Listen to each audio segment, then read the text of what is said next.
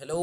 Welcome to प्रथम IAS. तो इस पार्टिकुलर वीडियो में हम लोग बात करने वाले हैं धारावी रीडेवलपमेंट प्रोजेक्ट के बारे में। जी हाँ, जैसे कि आप लोग जानते हो कि जब से स्लम डॉग मिलियनेयर मूवी आया तब से धारावी जो है ना इंटरनेशनल प्लेटफॉर्म पे आ चुका है। और कुछ कंसर्न भी रेज किया गया था जब ड्यूरिंग द कोविड हमने देखा कि धारावी जो है ना due to their very congestional populous slum, वहाँ पे हुआ क्या था कि जो कोविड की स्प्रेडिंग होती बहुत ज़्यादा हो रही थी, क्योंकि जो हाइजीन की मेंटेलिटी है, जो डेंसिटी है उस पार्टिकुलर रीजन का, वो सब कहीं ना कहीं जो है ना वल्नरेबल बनाता था for the spreading of virus. और इन सब चीज़ों के कारण से अब जो स्टेट गवर्नमेंट है महाराष्ट्र की, उन्होंने फिर से आफ्टर अ लॉन्ग टाइम, हालांकि आप देखोगे तो ये जो डेवलपमेंट प्रोजेक्ट है ये 17 से 20 साल पुराना है। तो ये चौथी बार जब फाइनली बिड लाया गया गवर्नमेंट की तरफ से, तो अडानी ग्रुप जो है ना यहाँ पे इस पार्टिकुलर धारावी रीडेवलपमेंट प्रोजेक्ट को जीत लिया है। ठीक है, तो इस पार्टिकुलर वीडियो में हम लोग बात करेंगे कि एक्चुअली ये धारावी की जो रीडेवलपमेंट हो रही है वो क्यों हो रही है, अडानी ने इसको किस तरह से जीता, और क्या क्या बनाए जाएंगे आगे, क्या क्या स्टेप्स लिए जाएंगे, इन सब चीज़ों के बारे में हम लोग डिस्कस करेंगे। बट बिफोर स्टार्टिंग मैं आप लोगों से एक न्यूमेरिकल पूछता हूँ, एमसीक्यू। हाल ही में आपने देखा होगा कि डिजिटल इंडिया मिशन के तहत जो है ना इंडिया में जो है ना एक तरीके से एयर ट्रेवल को इजी बनाने के लिए डिजिटल फेसिंग की तरफ जो है ना यात्रा को, चाहे वो आप पासिंग, गेट एंट्री, इन सब चीज़ों पे जो है ना आपको बोर्डिंग के टाइम पे एक पेपरलेस ट्रैवल एक्सपीरियंस देने के लिए डीजी यात्रा इनिशिएटिव लॉन्च किया। तो आपको बताना है कि ये सबसे पहले तो किस मिनिस्ट्री ने इसको लॉन्च किया, और दूसरा कौन से हवाई अड्डे से इसकी स्टार्टिंग की गई है। तो आप हमें कमेंट में बताइए, जिनका आंसर सही होगा मैं उसे लाइक दे दूंगा। तो चलिए बिना किसी तरीके हम लोग स्टार्ट करते। तो जैसा कि मैंने आपको बताया कि फाइनली अडानी ने इस पार्टिकुलर बिड को जीत लिया है, और मैं आपको बता दूं कि ये चौथी बार है कि सरकार की तरफ से ये बिडिंग प्रोसेस लाया गया था। और एग्ज़ाम पर्सपेक्टिव से ये जो आपका धारावी है एशिया की लार्जेस्ट स्लम क्लस्टर है। इसके तहत जो है ना 17 सालों में इस टोटल प्रोजेक्ट को कंप्लीट किया गया जाएगा। 10 मिलियन स्क्वायर फीट की जो है ना यहाँ पे कंस्ट्रक्शन की जाएगी, और टोटल कॉस्ट रखा गया इस प्रोजेक्ट का 20,000 करोड़ रुपये। इस 10 मिलियन स्क्वायर फीट में से 2 से 3 मिलियन स्क्वायर फीट जो है ना सेल पर्पज से होगा, मेन लीड बिडर के लिए। मतलब इस केस में अडानी ग्रुप इसे सेल कर सकता है अपने पैसा को रिगेन करने के लिए, ठीक है, जो उन्होंने यहाँ पे इन्वेस्टमेंट करेगा। और जो बाद बाकी होंगी, आपको पता है कि जो धारावी है वो बहुत ज़्यादा कंजेस्टेड है, हाई डेंसिटी है, यहाँ की जो लिविंग स्टैंडर्ड है उतनी अच्छी नहीं है। हालांकि इकोनॉमिकल पर्पज से देखिएगा तो ये रीढ़ माना जाता है। आपको बेसिकली पोर्टर्स कम्युनिटी बहुत ज़्यादा यहाँ पे होते हैं, लेदर्स की बहुत अच्छे से यहाँ पे कामकाज होती है। तो कहीं ना कहीं हमारे इकोनॉमी को रन करने में जो है ना बहुत इंपॉर्टेंट रोल निभाता है यहाँ पे, कमर्शियल पर्पज़ से, इंडस्ट्रियल पर्पज़ से। लेकिन यहाँ की जो लिविंग स्टैंडर्ड है कुछ अच्छी नहीं है, तो रिहैबिलिटेशन के लिए जो है ना बाद बाकी यहाँ पे लगभग 2 गुना बोल सकते हैं एक तरीके से, या 2/3 जो है ना टोटल कंस्ट्रक्शन का यूज किया जाएगा लोगों के लिए। और ये जो बिड जीता है उन्होंने लगभग 5,069 करोड़ रुपये की बिड बोली लगा करके। अब मैं आपको बताता हूँ कि इसके अंतर्गत पहली बार ऐसा कोशिश किया गया था। देखिए चौथी बार है ये कि ये एक तरीके से सरकार ने इसकी बिडिंग की थी, लेकिन पहली बार है कि इस पार्टिकुलर बिडिंग में जो है ना आपको एसपीवी बनाने के लिए कहा गया था, स्पेशल पर्पस व्हीकल। मैं आपको बताऊंगा आगे कि यहाँ पे देख रहे हैं आपको, जैसे कि जो सीईओ है ये धारावी रीडेवलपमेंट प्रोजेक्ट के हेड होंगे, और इस मतलब इस ये जो यहाँ पे बनाया जाएगा स्पेशल पर्पस व्हीकल, उसके हेड कौन होंगे, तो स्टेट गवर्नमेंट में से जो है ना आपको हेड होंगे। और जो अभी के कमिश्नर है Maharashtra housing and area development, उन्होंने बोला है कि ये अडानी ग्रुप जीता तो है, लेकिन इसके लिए ऐसा है कि बिडिंग में डीएलएफ ग्रुप भी अपनी बिड सबमिट की हुई थी, लेकिन वो 2025 करोड़ रुपये उन्होंने बोली लगाया था पहली इनिशियल, मतलब इस पार्टिकुलर प्रोजेक्ट जो 20,000 करोड़ है उसके इनिशियल इन्वेस्टमेंट में।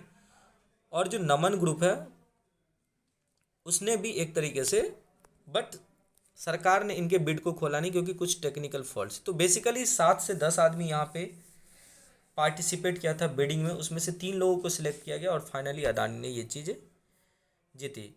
अगर आप देखोगे तो ये जैसे कि मैंने आपको बताया कि टोटल प्रोजेक्ट कॉस्ट तो 20,000 करोड़ रुपये है और इसमें लगभग 5,069 करोड़ रुपये आपको यहाँ पर अडानी ने बोली लगा के जीता, क्योंकि ऐसा माना गया था कि इस पार्टिकुलर बिड क्राइटेरिया में कंपनी को पहले जो है ना स्पेशल पर्पस व्हीकल बनाना होगा और उसके बाद जिसके हेड कौन होंगे तो स्टेट गवर्नमेंट में से ऑफिसर्स होंगे। उसके बाद जो है 20% जो है ना इसके इनिशियल इन्वेस्टमेंट, जैसा मैंने आपको बोला 20,000 करोड़ रुपये का बिड है, तो ऑब्वियसली यहाँ पे 16,000 रुपये मिनिमम गवर्नमेंट के तरफ से रखा गया था, बट 20% जो है इनिशियल इन्वेस्टमेंट बोला गया था। तो आप देख सकते हैं यहाँ पे 5,000 करोड़ रुपये 20,000 का हो सकता है, 4,000 के आसपास। तो उससे ज़्यादा कुछ यहाँ पे जो है ना आपको सबमिट किया गया, ठीक है, before signing the agreement for development, ठीक है। और फिर एक्स्ट्रा 20% जो है ना एक तरीके से इंटीग्रेटेड मास्टर प्लान को सबमिट करने के बाद जो है ना एक तरीके से फिर से लाया जाएगा यहाँ पे। अब आपको पता होगा कि एसपीवी होता क्या, देखिए एक एंटिटी होता है, एक तरीके का ग्रुप होता है जो फॉर्म किया जाता है स्पेसिफिक पर्पस के लिए एक गिवन टाइम अमाउंट में। जैसे इस पार्टिकुलर केस में जब तक ये रीडेवलपमेंट की प्रोजेक्ट चलेगी तब तक आपको ये एसपीवी वर्क करेगा और इनका काम होगा इंफ्रास्ट्रक्चर और रिहैबिलिटेशन को पूरा करना और किस तरीके से ये जो पार्टिकुलर प्रोजेक्ट चलेगी।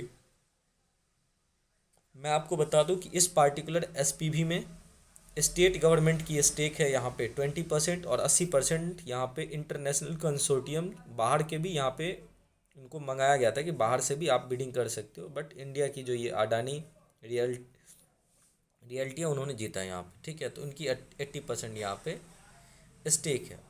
जैसा आप देख रहे हो as per the bidding contract the project will be awarded to the qualified bidder quoting the highest amount over and above the minimum stipulated. ऐसा एज्यूम किया जा रहा है कम से कम 16,000 करोड़ रुपए की तो मिनिमम यहाँ पे बिडिंग लगाई जाएगी।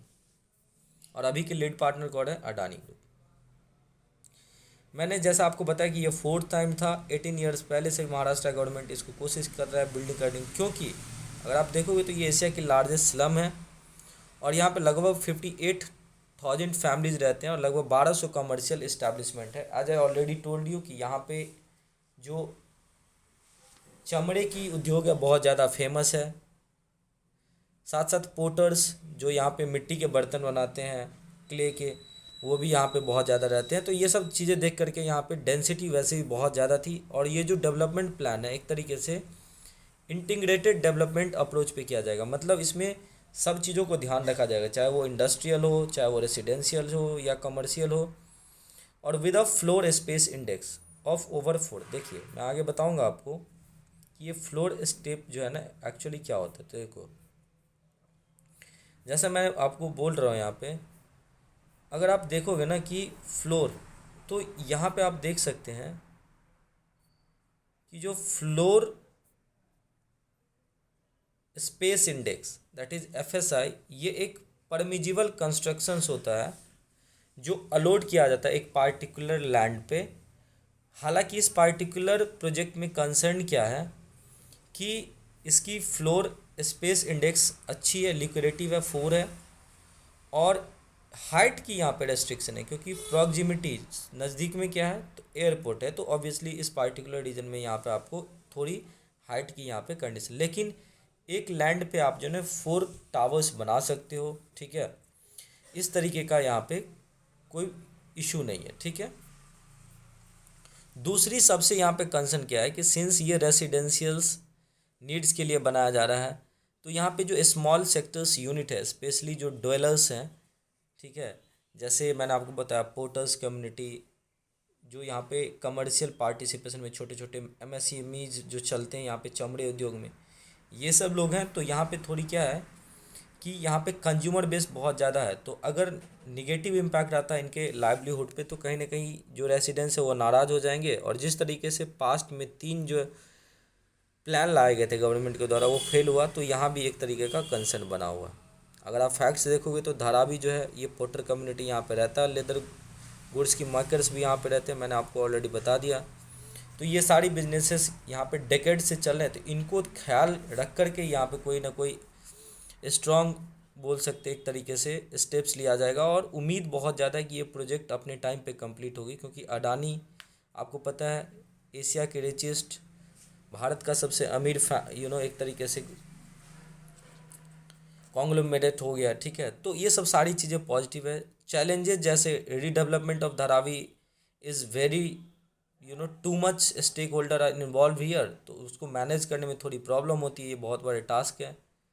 और इसीलिए यहाँ पे जो है ना एक प्रशांत ठाकुर जी है अनारॉक प्रॉपर्टी कंसल्टेंट, उन्होंने बोला कि मैं इसी कारण से पहले थर्ड बिडिंग हुआ था उसमें पार्टिसिपेट नहीं किया हुआ था।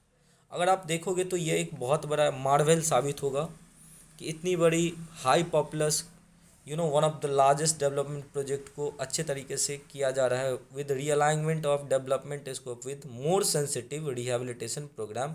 और यहाँ पे यही करना ही पड़ेगा ताकि आप जो है ना इनकॉर्पोरेट कर सके with interdisciplinary approach that suits the local social condition, ठीक है। तो ये सारी चीज़ें जो आपको मैं यहाँ पे स्नैपशॉट आप देख रहे हैं, टाइमलाइन 7 ईयर का रखा गया है।